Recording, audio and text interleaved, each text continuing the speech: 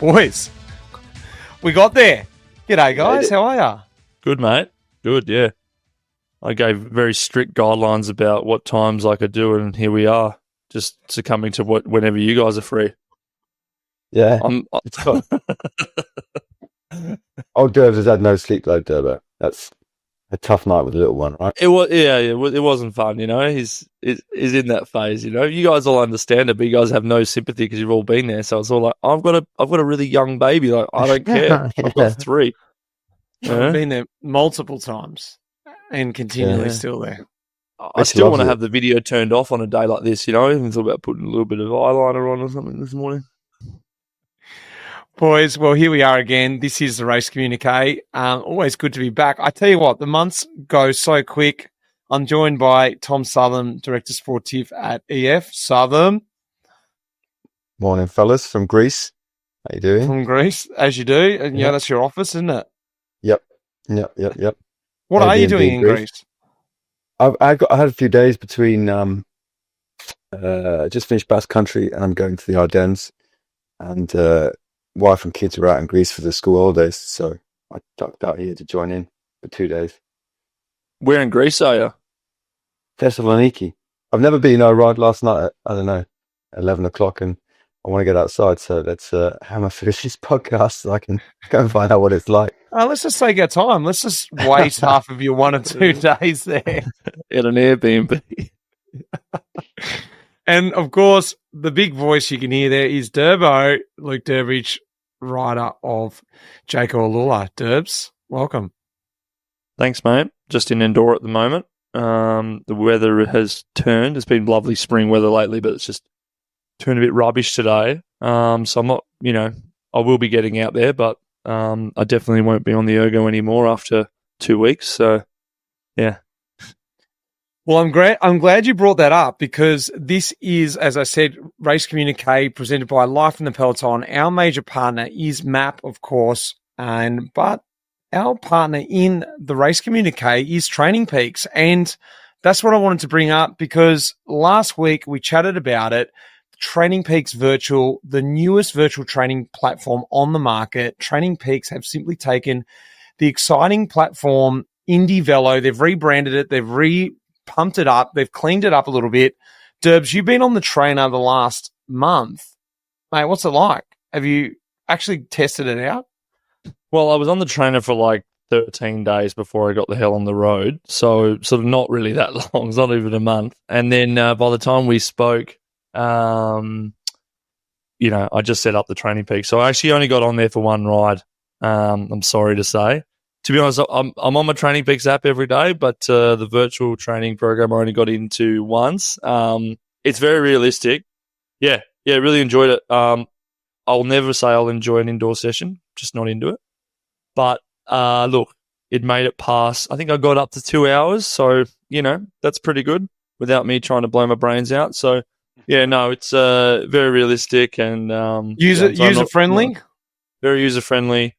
The thing is, you can design your session on your Training Peaks app, flick it across. So, for example, the coach was doing a very specific session for me, so I just grabbed it, put it across to the app, put it on the ergo, and just let the trainer give me the watts, and it was good, and it was very realistic. It was great. Because the great thing is you can actually sync it through Apple TV, so it's pretty simple to get up on your TV. But Training Peaks is more than just Training Peaks Virtual. Whether you're an elite athlete, a cycling coach, or you're new to the sport, get the tools you need to reach your goals with Training Peaks. So more or less, this is the platform that we all use. Southern previously was a monitor of Training Peaks, but Tom, you're in there now. Big news, fellas. I made myself an actual athlete account the other day. So I'm now because I really wanted to see how it worked. Like, and my mate Luke, who is going to laugh at me for this, because I was teasing him about it the other day. I was saying, you're not an athlete, you shouldn't have it, blah blah blah. And I was like, actually, Why? what? So, well, you see, that I was wrong, and this is what I've come to learn. Because when I started actually using it and making it, it's like because you were saying the other day, you're like, oh yeah, I still use it, and I was thinking, oh, Mitch, you're a bit, But then I thought, no, I'm going to try. I'm going to see. And it's actually, I have to say, from both sides, I'm converted. Got my run sessions on there. Got my intervals on there. Do you straight down find onto the devices. It's awesome. I know it's really cool. That's what I find. Like, if I don't plan it in, like, I still go out, but I still like to have a bit of a rough plan. I'm like, cool. Once that's locked in, I'm actually going to focus and get 1 or 2 runs in this week. But sometimes if I just leave it a bit too willy-nilly, maybe that doesn't happen. Yeah, exactly. I like getting the green light still. Mate, I like program my life in there. I've got like notes like what I'm doing tomorrow. Like at 7, I've got this and I've got that. Like it's like a calendar. What do you put it under? Mine's just a list of total failures of things I didn't do. But it's nice to have it. It's nice to know what it could have been. How good could the week have been? Yeah. The best part about Training Peaks Premium is that you can get Training Peaks Virtual included in your premium account. Training Peaks Premium, you can head across to trainingpeaks.com/LITP to get a further 20% off your subscription. Plus, you get 1 month free trial of the Training Peaks Virtual if you just want to test it out. But then sign up, get the premium. You get all the benefits by having Training Peaks account. Plus, you get the virtual free. So it's a bit of a no-brainer. Get across, use that because you're going to get so much more benefits. And I want to hear about how high people can get their CTLs. Durbo, I'm up to 70. I've been training. Man, I'm pretty low at the moment after the crash. I'm only just under 90 at the moment, so I've got a lot of work to do. Are you? Yeah. I mean, the thing is, let's not go into that. The training, my theory on CTL. But anyway, it's low, but I don't think I'm that unfit. I've had this horrid cold the last couple of weeks. And I think it's a weird thing because the classics come and I get sick every year here when the change of the weather is, but I shouldn't be getting sick in autumn into winter. I don't know what it is. I always get sick here around the classics time the last few years since I've retired. Homesick. Is it homesick? Should be in Belgium. I think it is. I get my Belgian sickness. It just comes on. It doesn't feel right unless I've got like a rusty sort of throat and I'm not at the classics, you know? That post-dust Paris-Roubaix cough that you don't even have for the last couple of years. I'm just putting it on because Roubaix was on the weekend, boys.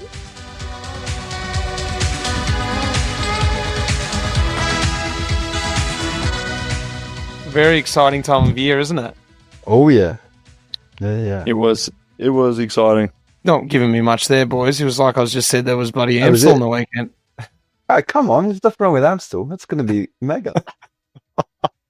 Well, to be honest, I thought you were leading into your... Roubaix is a good warm-up for the Ardennes, you're right. It is. It's been super nice to watch people getting ready. A few races bubbling under while the real cyclists get ready for the Ardennes. It's good. Man, it was actually just generally mental. Like, the run into the first sector, it was just like people everywhere.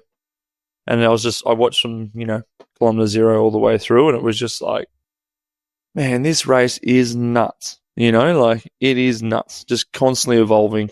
I was going to say, like, I actually found it's weird how it's not weird, but like the first part is almost more exciting, like than the end. Like if you really watch from 0, it's so good. There's so much. There was a point after about, I don't know where it was, there's sort of 5 or 6 sectors before Arenberg. It's like, it's like everything was happening. All the favorites were already there. That's not the beginning. Still, it's 100k into 115k into 260k race. It's pretty early, and from 0. Well, it's 3 parts the race. You got first 95, then you've got to Arenberg, and then you got after Arenberg. Durbo? Yeah, I agree. 3 parts. Is this because you had a nap? Is this because you're trying to tell us you had a nap at some stage? Mate? There's no way I had a nap. Yes, the race kicked. It was super fast. I've got some notes about the race.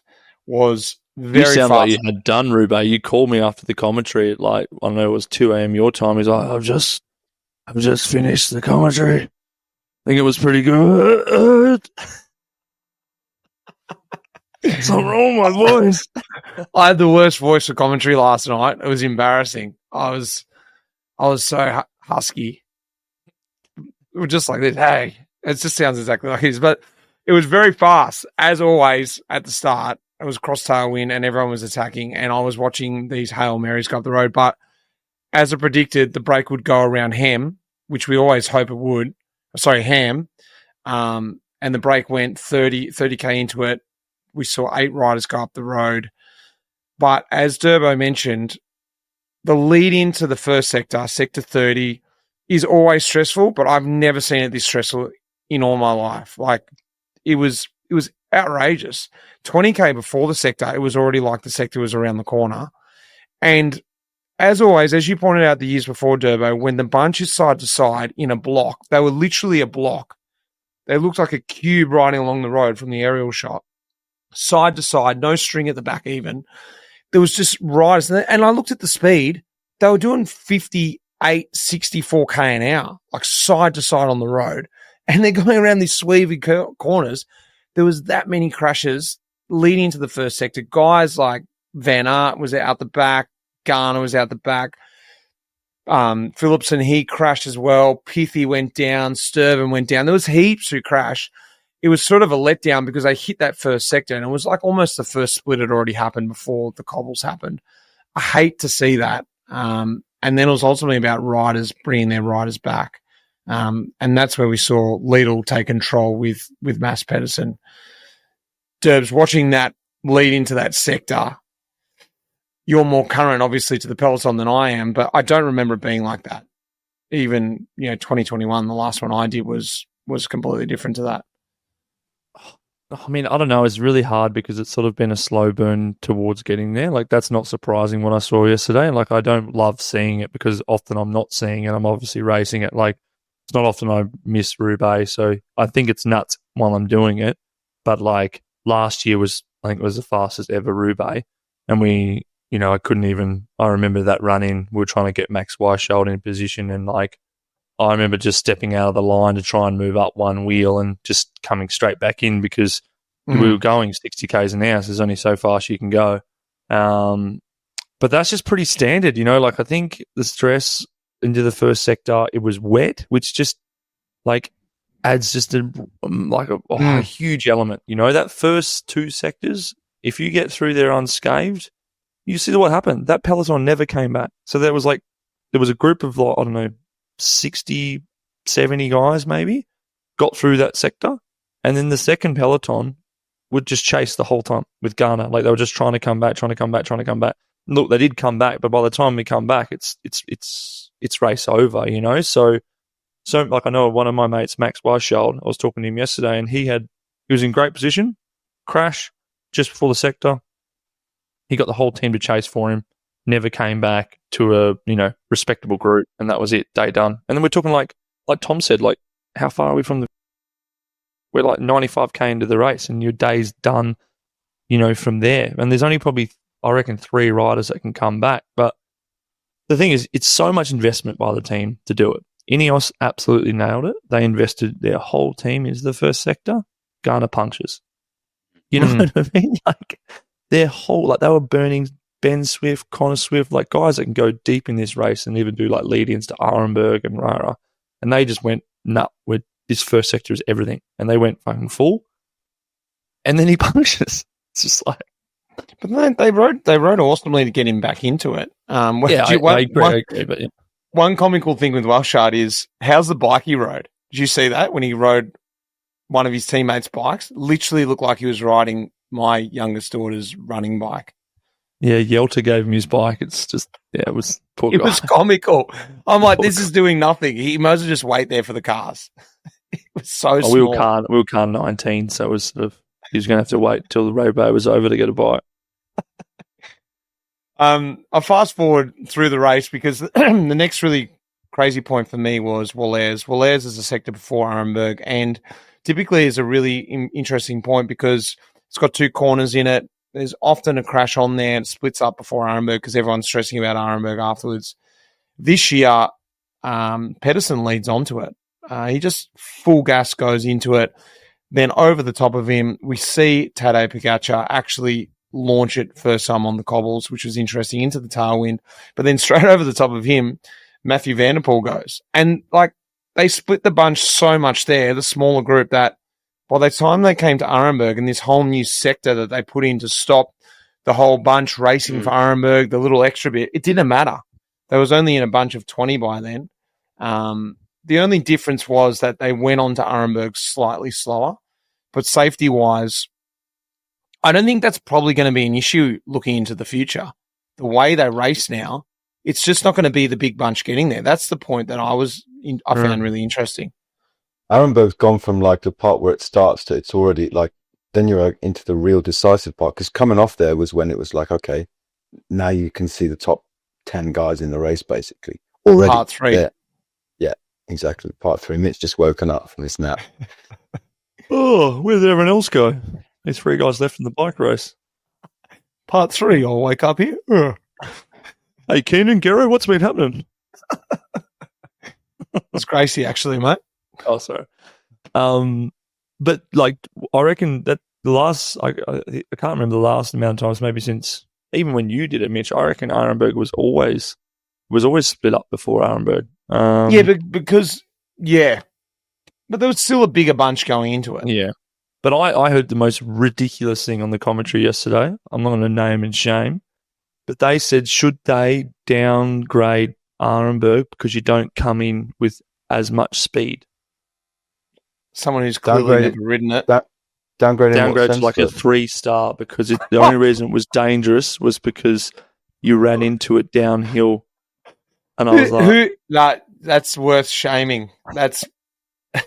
Oh, man, I could not believe it. I was going to ride in. Like, it's terrible. How much attention do you pay to the start? Anyway, like how much attention do you pay to a climb, whether it's a 4th cat or a 1st cat? Actually, at the end of the day, everything's totally arbitrary. But like, do you have you ever thought 5-star should move up now? Yeah. Like, I mean, is there a 5-star coming? Oh shit! Better get out of this position. Or you're on it. You're like, is this 5-star? Is it? Oh, geez, I better. Didn't realise.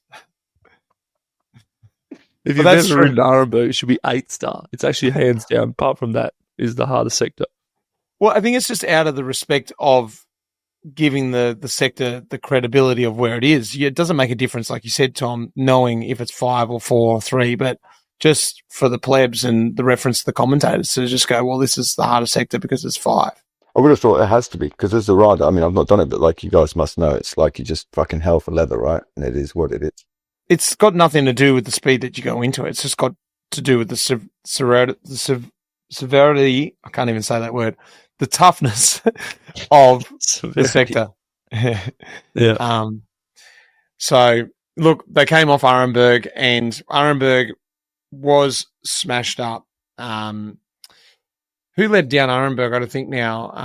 Pog started, and then Van der Poel came over him. Yeah, that's right. And Pedersen was in the wheel. For me, one part from Arenberg that really stood out to me was Fedorov from Astana was just sitting pretty in 3rd wheel. I'm like, how good did he look then? I was like, like, what the hell? Where's that form come from? He was looking real good there. But when they came off Arenberg, this is when I first noticed that I don't think Pogacar was as good as, we all everyone was sort of alluding to. When they came off Arenberg and Van der Poel pushed it, came out and ripped it, it was the first time you saw the kink in the armour. You're like, okay, this is hard now for Tadej to close the wheel. Obviously, he still closed the gap, but normally he would just go straight across. I was like, oh, it's a bit of a struggle. Interesting. But that's also everyone's expectation of him was, of course he's going to win. Like he ran 2nd. It's like, it's unbelievable. It's bonkers, man. To come 2nd. But I think everyone was like, he's going to do something ridiculous and somehow win it. And the fact that he didn't is already beyond good. It's like, it's incredible where he finished. But we were like, yeah. And realistically, for the team that he had, I'm not going to say they didn't support him, but that's the way Roubaix is. Sometimes your teammates get lost, crashes, punches, whatever it is.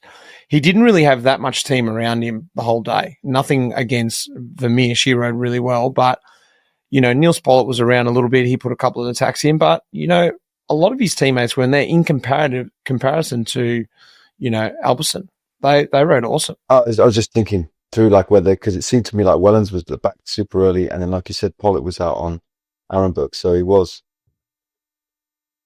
on his own a lot. But he's also got a bit more space, doesn't he? You could see that he's going to go where he wants to go. Yeah. rainbow jersey on his back, and he is who he is. So yeah, but arguably, like later on, it would have been nice to be able to have that card to play. They had the riders that could have been there, you know, to repair, to cover those moves off Arenberg, things like that. What about psychologically as well? Or maybe he doesn't need that. I think to be honest, they had a fair bit of bad luck with some of their guys. Like, I think Pollard obviously also punctured, came back, and I think there's only, like I said, there's only a handful of guys that can come back from a mishap. Like probably 3 guys, maybe Mads Pedersen, Van der Poel, and Pogacar. If anything happens to those guys, they have enough horsepower to repair it. But anyone else in the race, if something goes wrong, the speed of the bunch is so high, they can't repair it. So if one of his teammates had a mishap, you know, in that first bit coming into the first sector, mate, day done.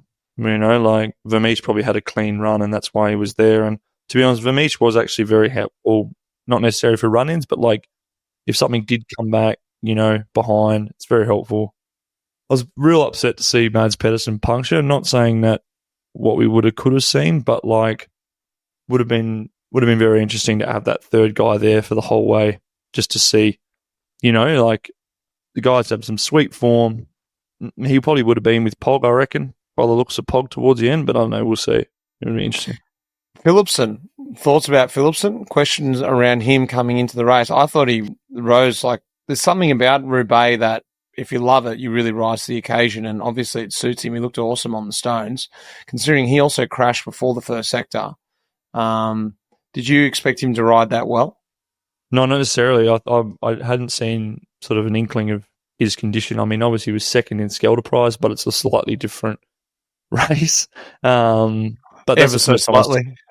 Well, the big focus for him was really the classics. You know, he went to altitude, missed Torino. Like his big focus was like, I'm going to, you know, get on a podium or top step of a classic. So it'd be interesting to see if he changes his prep next year, considering that probably Roubaix was his best showing, and he still probably ran out of legs anyway.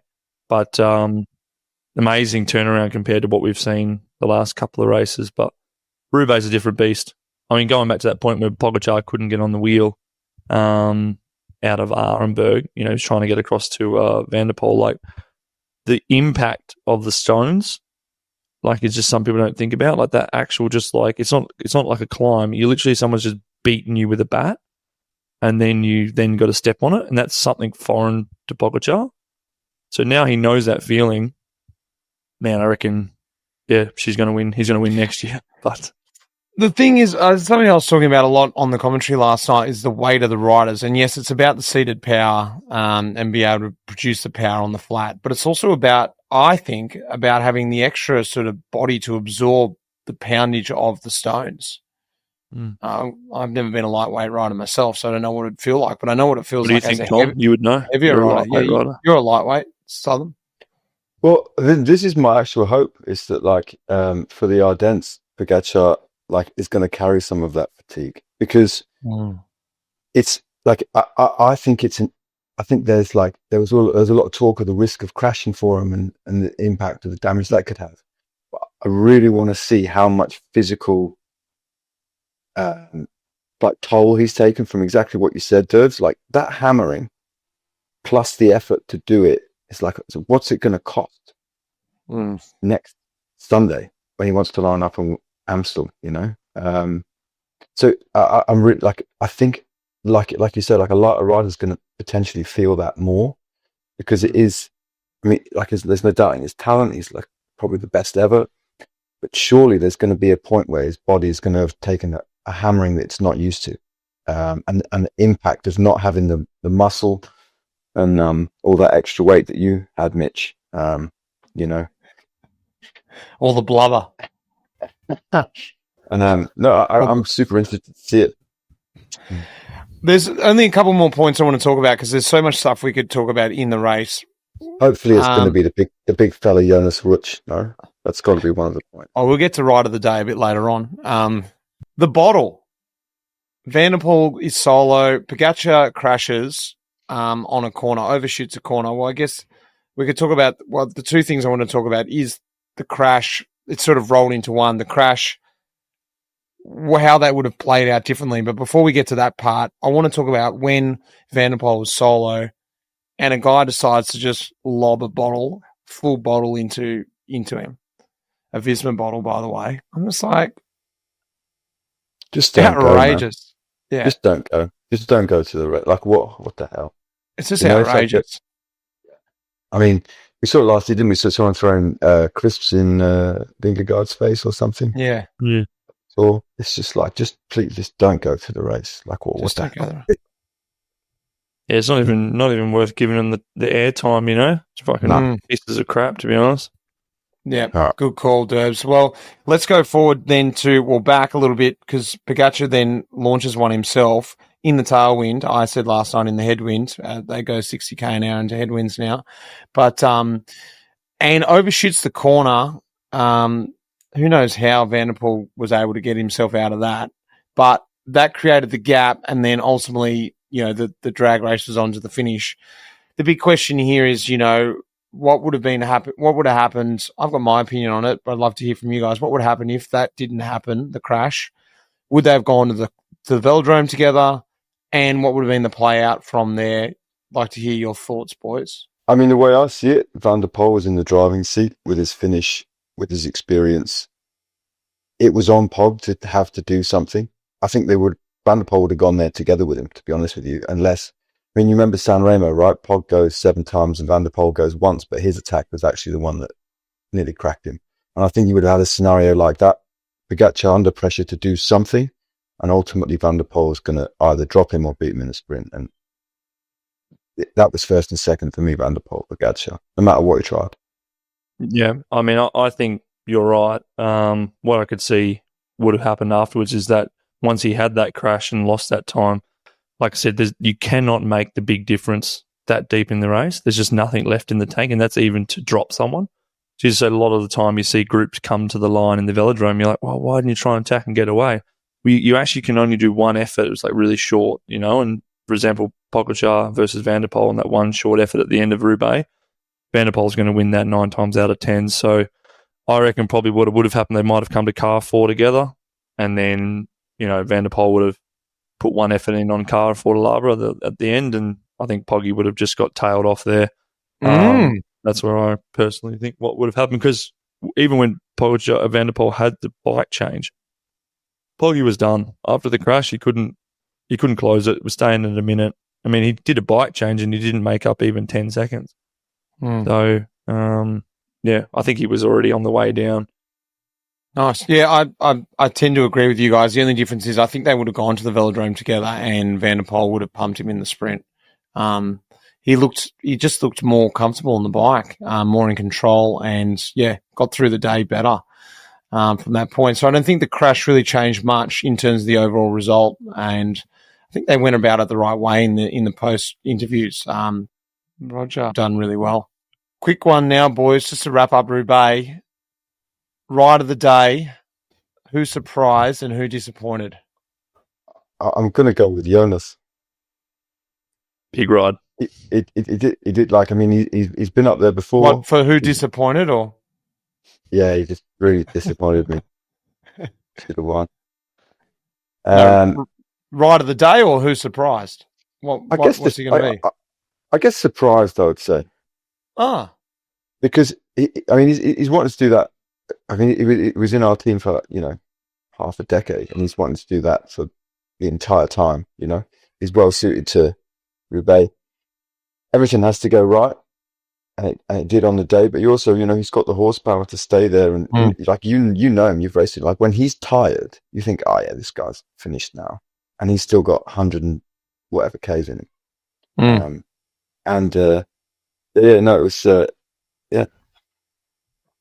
didn't expect it to work out like that. I think, yeah, on the same note, and also another rider that we know very well, for me was almost, actually, I'll put him at ride of the day, because outside the greats, you know, Van der Poel, I think, obviously the massive ride, but Bissiger, he went into the interview before the race. I watched his pre-race interview, and he was like, podium is what I'm going for. And Sepp Piquet was like, oh, it's a big statement. And he stuck by it. And he's just like, yeah, no, I'm good. cobbles suit me. I'm good to go. And he didn't ride it like nothing against Jonas's ride, a great ride, and I take my hat off to that ride. It was a massive ride, but it was an opportunist way. Bissiger, he followed the best, and he was with the best, and that was a big ride for me. For me, that was the ride of the day, even though he couldn't capitalise on it at the end. He held on, finished 7th place in the end. And I'm just going to quickly get in with who surprised Matt Brennan. Holy hell. What the hell was that ride? He was out of control good, closing gaps, and he's from Visma Lisa Bike for me. Derbs, do you want to get anyone in? You've taken a couple of mine. I was going to say Bissinger as well. So, I thought that was a massive ride by him to follow those guys and then finish it off in the top 10 in the finish. I'm going to stick with Bissinger. And, I think have we done disappointed or not yet?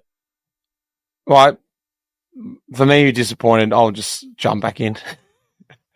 was Pithy. I was so disappointed, not because he let me down, but disappointed for him. He crashed, ultimately didn't finish, and I had high hopes for him last year, 7th place on his debut. So, I mean, you banked the podcast on it, mate. So no wonder you're disappointed.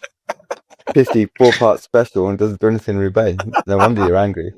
I hope you messaged him after. It's like, what was that? Question mark. Thanks, buddy. You started to get in my favourites, but back to Stevie Williams. Go back to Stevie. Who disappointed for you, Derbs? Just Jumbo, probably other than Brennan. Jumbo in general. I think they just didn't have a good Roubaix. Come out with 4th in Flanders, 4th in Roubaix with Van Aert. It's not terrible, but yeah, I just was expecting bigger things, maybe a podium at least, but it just didn't happen. Speaking of Jumbo, I mean, imagine if you're Quick Step, right? Where was their first finisher? Yeah, but the last couple of years, it's been like Remco wins Liège, and then that's sort of their classics, They've been like tailing off, but like it's not a million years ago that they were like all over it, Guys like Lampard, like, all over the race. I mean, I know it's like changing, but still, their first rider. Classic teams. You're talking Trek and Ineos, Alpecin obviously as well. But there's those 3 teams I reckon that are just the best dialed, but not necessarily always getting the victory. But if you see the positioning where they're nailing run-ins for Flanders or Roubaix, like Trek, Ineos, and Alpecin. Those 3 teams are the best classic teams at the moment, I'd say. It's Trek. I mean, because they're like in terms of that moment when everybody needs to get into the right position, they're better even than Alpecin. I suppose like early on, I think it was before the first sector yesterday, like Dillier was like trying to pull to go towards the sector, and he was like yelling at everyone because Trek with like all the teams were swarming. You couldn't even pull on the front of the bunch. You couldn't even make the speed because everyone's just like, we're going anyway. Yeah. He was yelling at the tractor. That's right. They were going next one. I could say they were like, just slow down. We don't need to go that fast. But the tractor knows only one speed. Lampard was the first for Quick Step at 28th. Mulia, and then they had only 3 finishers. What's his name here? Andrea What's his name? Raccagni, the Italian. He was they were the only 3 finishers. Boys, there was also the Women's Roubaix as well the day before, which was a great race. I love having the Women's Roubaix the day before.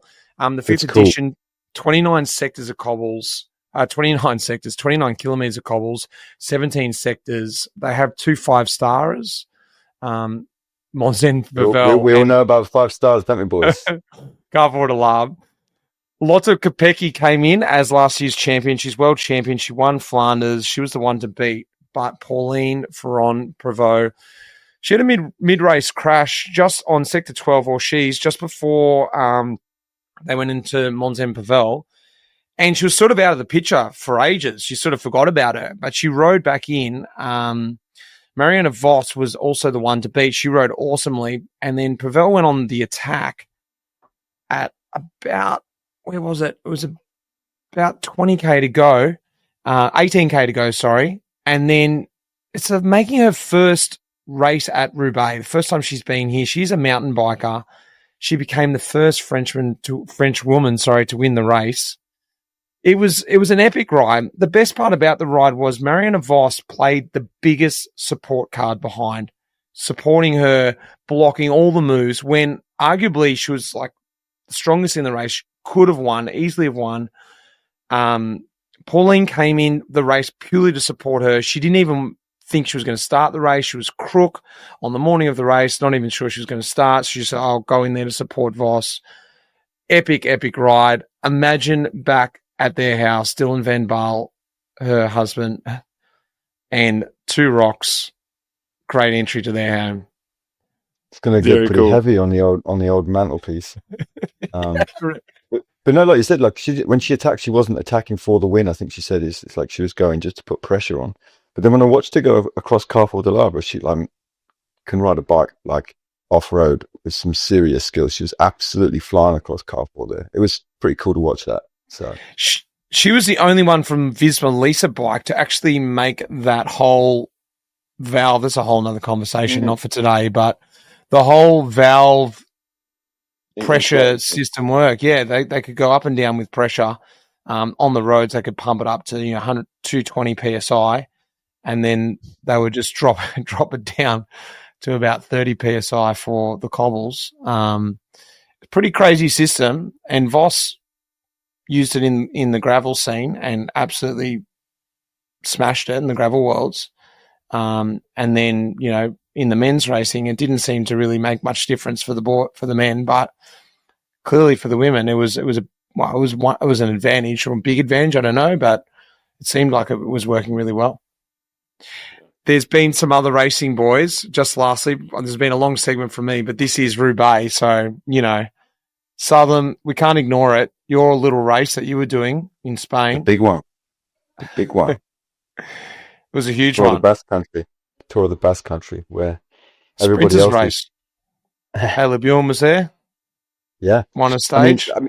I mean, that was like they've done a really nice job, I would say, with Ineos, with his program in terms of, you got someone who's disillusioned, hadn't been winning, had had a tough time or whatever, and wasn't sure if, as I understood it, wasn't even sure if he was going to race this year. It gave him time to basically train, and they sent him to Copy Bartley, and the first stage was pan flat, and he sprinted against people, we're not used to him hearing him sprint against. And then the next race they sent him to, a hilly race with one potentially flat stage, and then with the idea of going home straight after. And I mean, as soon as he came to the finish of that and it was a sprint like this, he was going to win it because he had the advantage of there not being so many sprinters there. But in terms of his confidence, painting the picture of Caleb's form pretty well. So he sprinted against a couple of club guys at Copper Bartley, and then a few stick climbers at. No, but we're talking about you were talking about how hard World Tour victories are to come by. Yeah, and if it's like sniper situation. It's like pick that one off. Okay, pick him over there, put him this one. It's a World Tour win, and he goes away, and it's like that. Now he's ready to go and sprint against a whole bunch of sprinters. I think Peloton, So it's like, but you imagine if you had sent him to the wrong races and he just got beaten, he would have felt like first race Skilder Prize or something like that. Yeah, that's the thing. That's the whole. And now we're going down another rabbit hole. But that's the whole big change at Ineos now. The way they've really turned things around this year. It's fantastic, and like I can't imagine they would have targeted things like that last year or years before. It was all about bossing it. I remember speaking to Zach Dempster, who's quite high up there at Ineos as director, and he sort of said that their plan for this season was just to win again, actually, just to go and win and really just try and throw their hands up as many times as possible. And I think that's the way, like rather than go for, GC, ride the front, potentially one guy, get up there, be third on GC or fifth in GC, which is where they've been at the last couple of years. They're just like, let's just go and win, And, it's working. So that was, Do you want me to go through the rest of the race, Mitch? I may as well. I think just a couple of points, because I know this has been massive segment, and I don't want to disrespect the race and what you guys did there, because you had a great ride with Ben Healy, but is there a couple standout points for you just to sort of give us a bit of a flavour? What was the dinners like? And Delicious, actually. I had a nice Peloton steak. Actually, so I mean, it's obviously a hilly race. There's a lot of guys there getting ready for the Ardennes. Shackman re-emerged with a TT win on the first day, and we haven't seen much from Shackman this year. And then he actually defended very nicely for quite a long time in the race and held a good. It was only on the last day that he cracked and lost his podium place to Mass. We jumped ahead. The last day is like this super hard up and down, like mega climbing day. And we saw, I mean, UAE took the win with Almeida. Almeida could have given the stage to Mass on the last day because he had the GC sewn up, but no gifts these days, so he took another stage win. We saw Arenberg take a win for Cofidis, which is much needed, but also then get disqualified. They gave the win to Roman Gregoire, and then they gave it back to him a little bit later on, which was absolute chaos. I think everybody there was just like make one decision or the other, because he did ride past the marshal. There were people in the way. The road book was wrong, yes, but like the rest of the race all went left. He definitely got an advantage out of it. In my opinion, Arenberg wins anyway because he's fast and it was actually flying this week. So it just, unfortunately for the race, it just made them all. It made them like clowns. Yeah.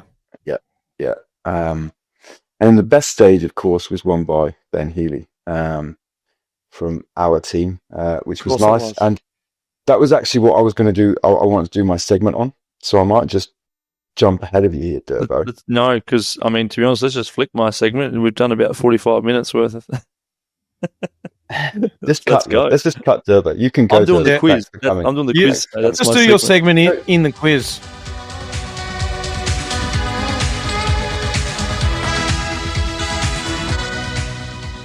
So what I wanted to do about talking tactics was about like the solo breaks, right? So I think it's like the monuments in particular and the big races, more and more it's going in the direction of solo wins. But I had on the day that Ben won, he went 57 Ks to go solo from like a very, very strong breakaway. Alaphilippe with Barguil, his teammate, Alex Baudin we had in there as well, and like a quality group. And he jumped away from the group, and it's the first time that I, in recent years, have directed a rider from right behind them with the car once they're in a solo position for that long, like a TT. And with VeloViewer, it was exactly like a TT. So obviously, it made a difference because of the terrain that we're on. So he had gone, and then there was a climb, and then there was like rolling sections. But I could say to Ben, this next uphill is 300 meters.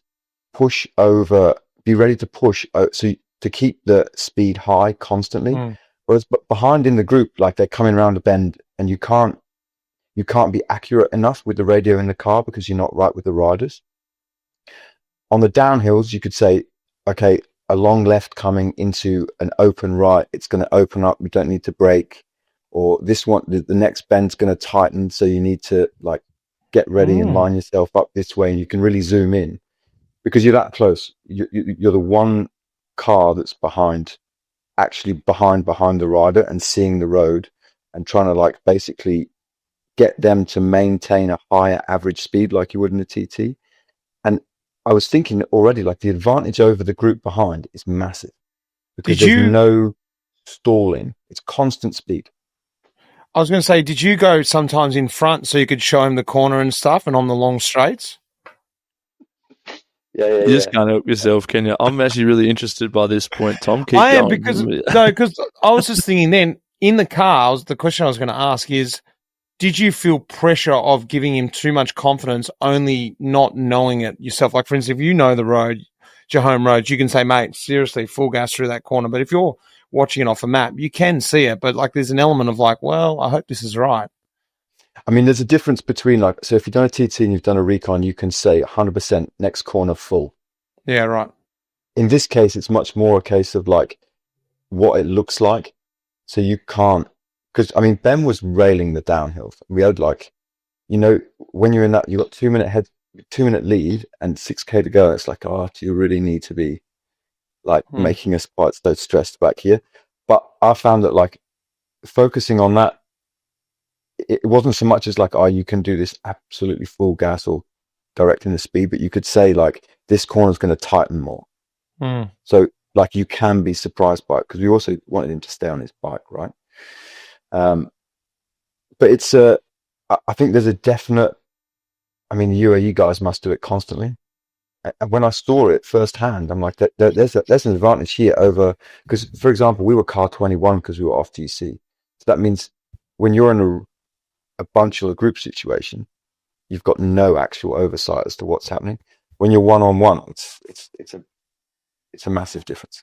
But I know you say UAE have got that advantage, but do you think Pogacar is using that kind of information? I don't get the feeling he does. He sort of just rides on his own feeling anyway. Yeah, I mean, okay, he's a different class, but I think. Yeah, okay. I mean, also like Ben is a different class, because not everyone. I mean, he was in a group of top quality riders, and he went with 57k to go, and rode away from them and didn't lose any time on the peloton. So if you can't just say, oh yeah, a good idea for cyclists is to just jump in front of the bunch and use their car just go solo, and they're just going to win. You have to have the legs. You have to be good enough, but there is an advantage to having that kind of thing happening. Intel. I think. Definitely, but like 100%. the unity behind. Also, like you said, you've got one goal. The guys off the front pushing. You see that in the classics. Like the guy's just fully committed. He's off the front. He's alone. He's just fully committed now, and everyone behind is doing like through and off. Like if you really were, it's funny. The best way to chase someone is actually 30 seconds to a minute on the front, like a team's time trial. Like you don't do through and off to chase someone. Say team's time trial, the fastest way possible to go. You don't go through and off. You don't go off and off and off and off like this. Like that's actually not that fast. Where if you want to go fast, you do like 30 seconds to a minute on the front. Next guy goes 30 seconds to a minute in the front. Guys get actual recovery. Like if you actually want to chase someone, say for example, Van der Poel goes solo, you see guys just doing this. Just, you're never catching him, Like if you really want to do it, it's like, okay, boys, we're going to go 30 seconds on the front, Mads Pedersen, then 30 seconds Garner, then Van der Poel, then Van Aert. And next minute, if you had a team and you wanted to chase a solo break, that's exactly how you do it. 30-second pulls. But yeah, exactly. everybody's a team leader in those situations, so they're not like nobody's gonna. Like that's where a lot of times when I chase people, say for example on the Tour de France or some of the races that you got to ride the front, like I literally would go up there and be like, right, boys, like when we start to go here, we're going to do a minute. Keep an eye on your power. You're actually going to do a minute on the front. And then, because like they're just doing these ones, and we're not catching the group that's putting their opinion in this back. You're like, we're actually going to do 30 seconds. That's all going to shorten the turns up, because so often you see these guys and they slowly just get slower and slower and slower and slower because they're in the front 180k, and that's why you see these breakaways stay away. You're like, well, you're not actually chasing the most efficient way. I mean, like you said, team leaders in that situation, you're not going to get Alaphilippe. He's trying to win the stage. He's not going to bury himself for 30 seconds. But what I don't understand a lot of these times is like, you're not racing for the victory anymore. Like a lot of guys just prefer to just not be last in a breakaway than to be first. Once the first guy attacks, like Healy, like he attacks, 56k to go, everyone's like, okay, now I better not be last in this breakaway. I better be second. Rather than going, let's just all get together, shut this guy down now, and then at least we have an opportunity to win. But it's, that's never going to work, because, for instance, if that was a situation I saw everyone committing, I'm like, oh, this is a good scenario for me. I might just, and that's how everyone's going to be thinking. Favors the first guy who goes. Generally. I mean, to be fair, like we also had another rider in the group, which is a massive card. Like you got another. Every time you look around, there's a pink jersey behind you. I mean, that was like, if you want to go like where the race is won, you dial it all the way back to there, because it's like, well. And you speak to Alex, finish, you're like, I did an amazing job today. So I didn't really do much. Like, yeah, you did. You did a huge job, because every time people looked around and they saw you, just, that's like basic cycling 101, isn't it? From the guide. And that's the thing too. If they play that card, like you said, Durbo, and they all commit, and then the pink guy's like, look, I can't ride because my guys, they're like, well, what are we going to do? Pull this guy across and then he's going to be the freshest guy here and he's going to attack us. So it's a massive role. It just disrupts everything. Either if he's getting in the way or if he's sitting on, he still disrupts it. It still disrupts it. The thing is, you're still not racing for the win. I think that's the biggest thing. You think this guy's sitting on, but yeah, he might be sitting on, but when he comes back, he might attack us, but he might puncture, he might this. You're still not racing for the win. I mean, it's not the best. You're never going to get that psyche out of people's head in the breakaway.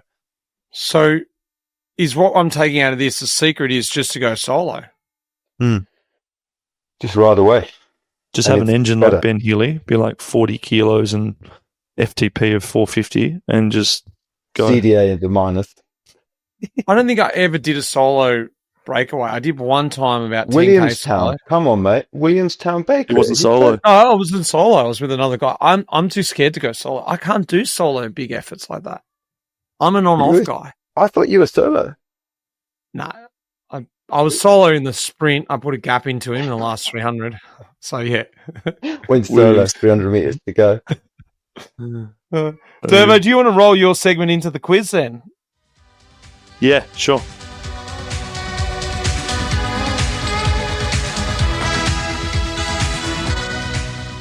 All right.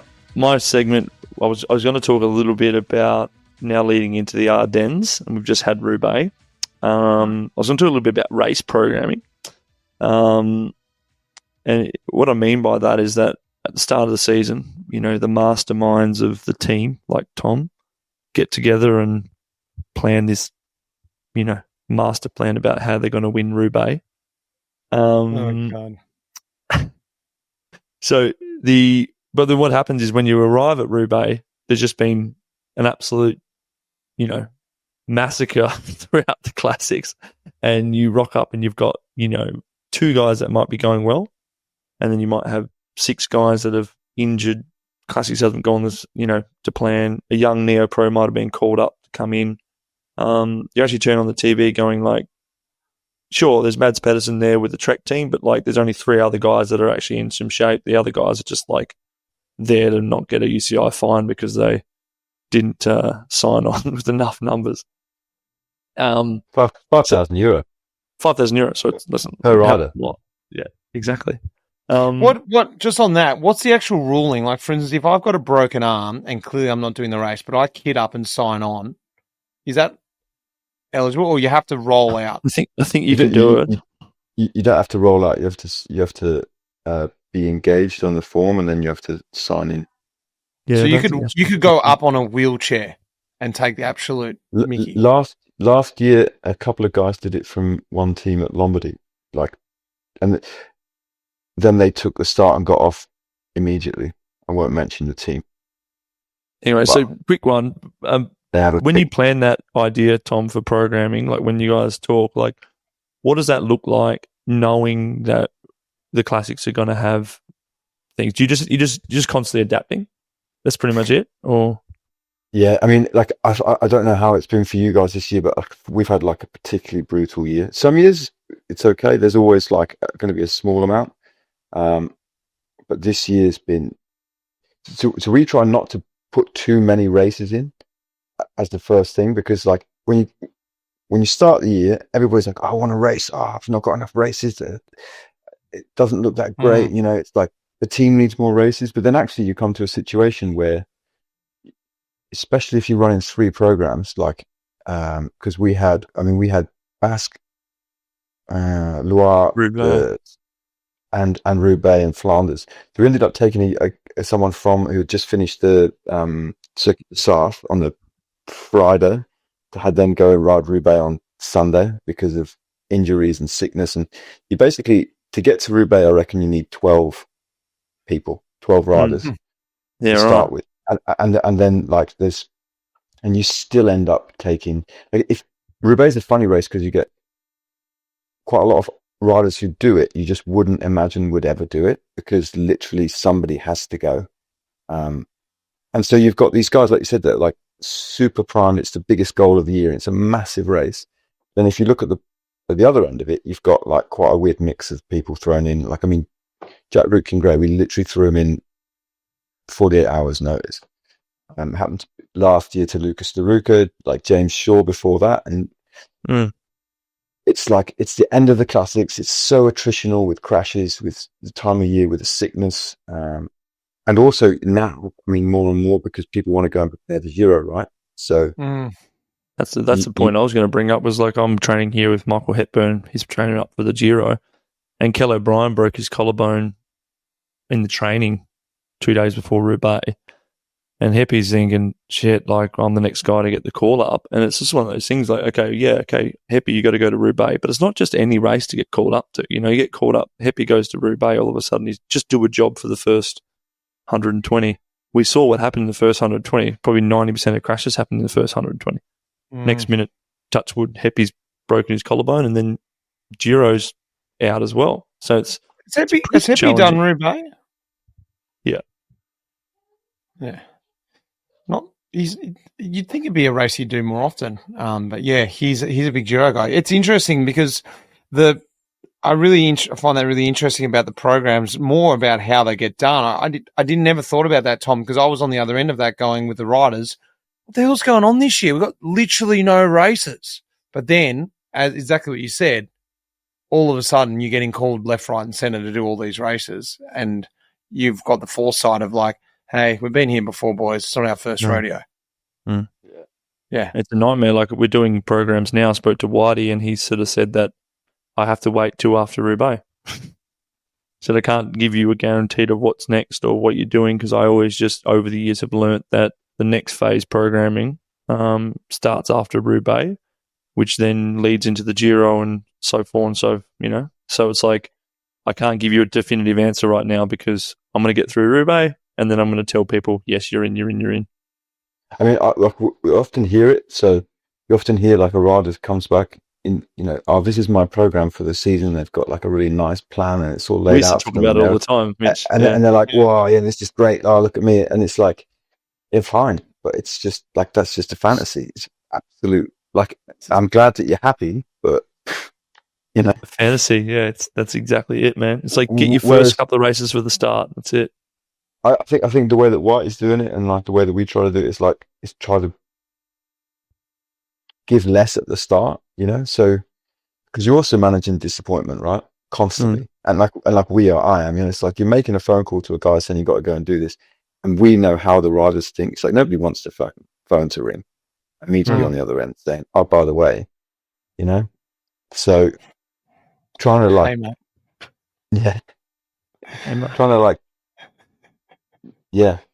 make it work. Anyway, and then Well, I think that's my segment. We're going to keep it nice and short. Just wanted to let people back home know, like, it's not a blueprint that you sort of like Roubaix. You're doing Roubaix this year. You're like, yeah, I'd like to, but you know, there's a high odds. Obviously, my example breaking the collarbone that potentially you won't be there.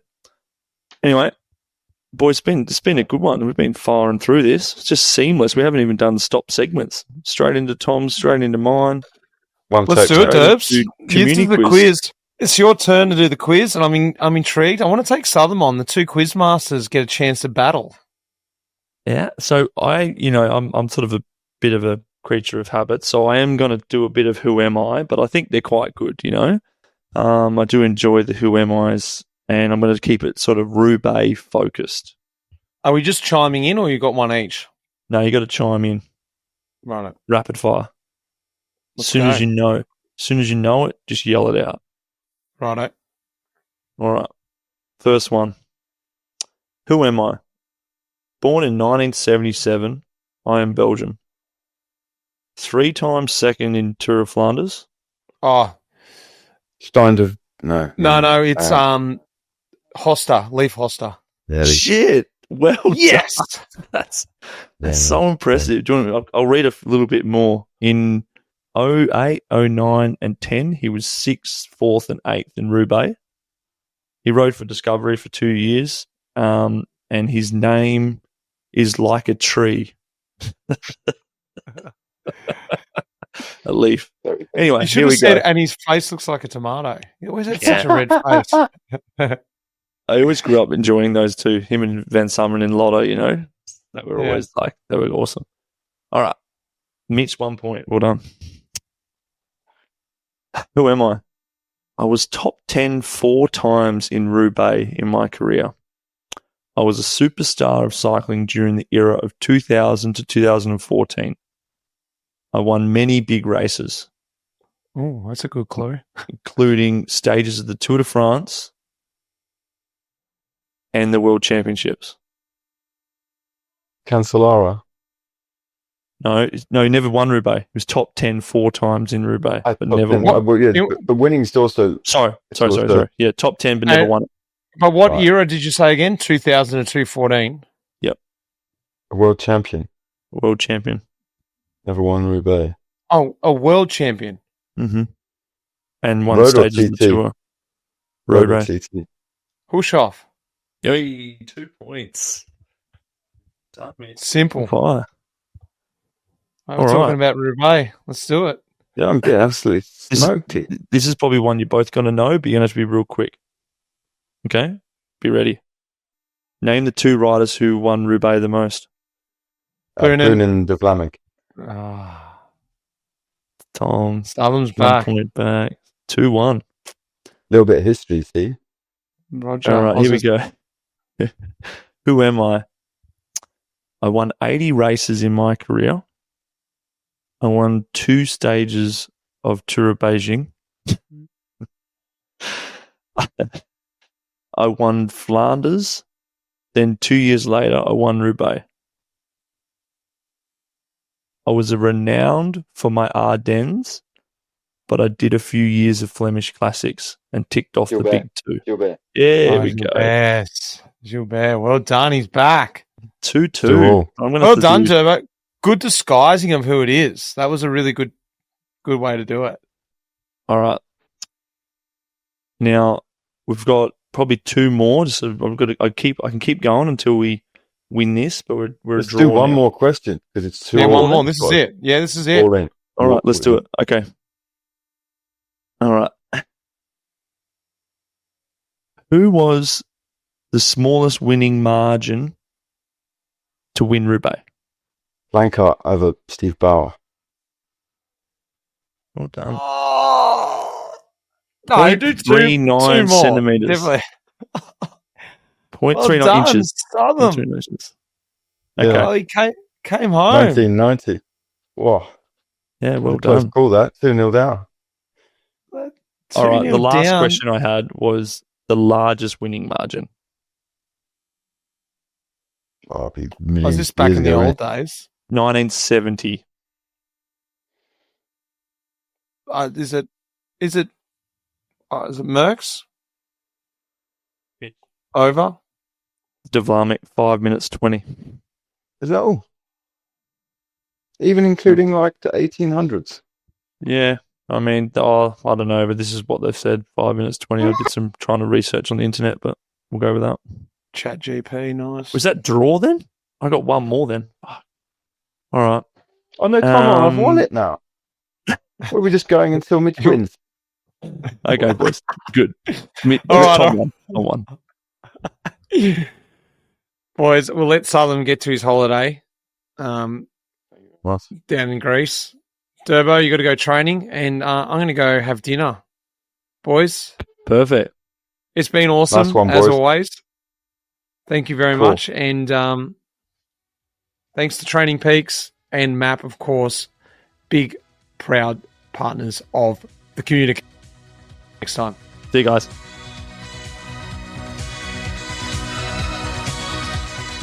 That iconic music in this episode was composed by none other than the legend Pete Shelley. Cheers, mate.